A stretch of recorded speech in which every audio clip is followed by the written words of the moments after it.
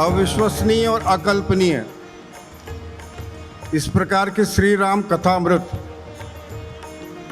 ये हम लोग 6 दिन से श्रवण कर रहे हैं। जिस तरह से ये राम कथा का वर्णन किया जा रहा है तो वर्णन बहुत रोचक है और सुनने में इसको एक आनंद की अनुभूति हो रही है और प्लस अपने धर्म के बारे में, सनातन धर्म के बारे में और राम के बारे में, उनके चरित्र के बारे में और व्यक्ति को किस तरह से एक आदर्श व्यक्ति बनने के लिए क्या क्या चीजों की आवश्यकता होती है, इसको जिस तरह से वर्णित किया जा रहा है दीपिका जी द्वारा, ये बहुत ही अद्भुत वर्णन है। आशुतोष महाराज जी के द्वारा जो जागृति संस्थान द्वारा राम कथा का आयोजन है, इसमें सब में राम भक्ति का प्रचार और आध्यात्मिक उत्कर्ष है, जिससे हमारे सारे देशवासियों का और देश का कल्याण है।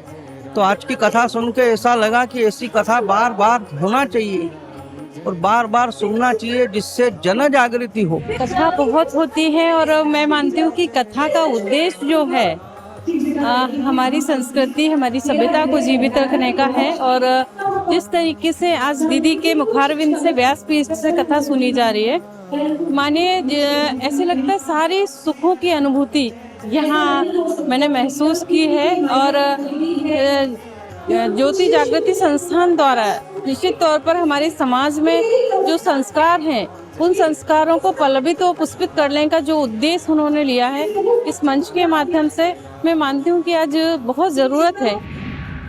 रावण के जो ये 10 सिर हैं, ये हमारी 10 इंद्रियों के प्रतीक हैं।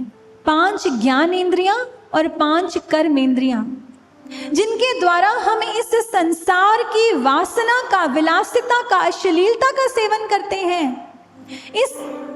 इन ज्ञान इंद्रियों के द्वारा इसे अपने अंदर ग्रहण करते हैं, कर्म इंद्रियों के द्वारा स्वयं करते हैं।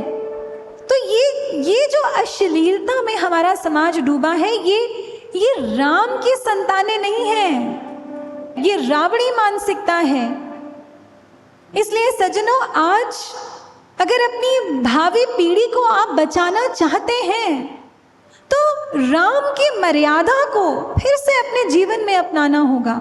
जो उद्बोधन था वह बहुत ही बढ़िया था।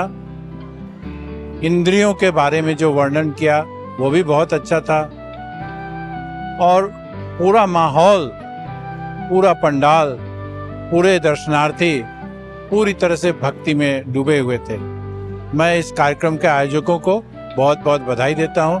धन्यवाद। इसमें राम कथा के साथ आज के जो मुद्दे हैं, आज के जो पर्यावरणीय मुद्दे हैं, सामाजिक मुद्दे हैं, जो शिक्षा है हमें ग्रहण करनी है, जो बातें हमें युवाओं के हृदय में लेके जानी है, वो राम कथा के साथ पिरो दी गई हैं, संगीत के साथ पिरो दी जाती हैं और सीधा ये एक ध्यान यात्रा हो जाती है।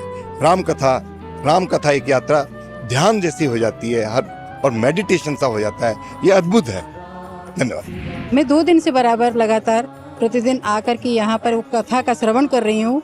कथा इतनी सार्थक है कि जितने भी मानवीय विकार हैं, यदि कोई व्यक्ति एक दिन भी आकर के सुनता है तो उनका शोधन हो जाएगा। कथा का जो यहाँ वाचन हो रहा है, कथा के जो व्यास हैं, प्रवक्ता हैं, वो बहुत ही सुंदर कथा कर रही हैं और साथ में जो संगीत है वो भी बहुत लोगों को अपनी तरफ आकर्षित कर रहा है। और ये संस्था तो दिव्य जागृति संस्था है, तो वास्तव में दिव्य कथा भी हो रही है, दिव्य संगीत भी चल रहा है और इस संस्था द्वारा दिव्य कार्य भी होते हैं, ये भी हमें पता है। राम हमारे भारत राष्ट्र का मानवीकरण है और भारत राम का राष्ट्रीयकरण है। राम और राष्ट्र में कोई अंतर नहीं है, राम अर्थात राष्ट्र।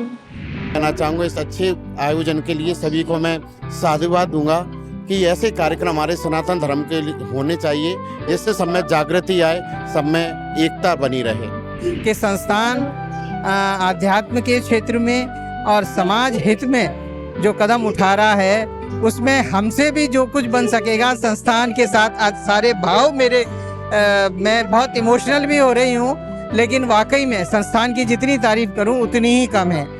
ये कथा हमने जो अब तक जो कथाएं जो सुनी है, राम कथा, उनसे बिल्कुल अलग हट करके है और आशुतोष महाराज जी की जो प्रिय शिक्षाएं हैं उनके द्वारा इतने सुंदर तरीके से किया जा रहा है कि बिल्कुल त्रेता युग में ही वो जो प्रवेश करा देती हैं। ऐसा लगता है जैसे त्रेता युग में ही बैठे हुए, बिल्कुल वो अनुभव करा देती हैं। हमारी साध्वी जी जिस तरीके की कथा का वाचन कर रही है, हमें लग ही नहीं रहा है कि हम इस युग में हैं। हमें लग रहा है कि हम त्रेता युग में पहुंच गए हैं और श्री राम हमारे सामने हैं। आंखें बंद करो तो ऐसा लगता है कि बस वही है।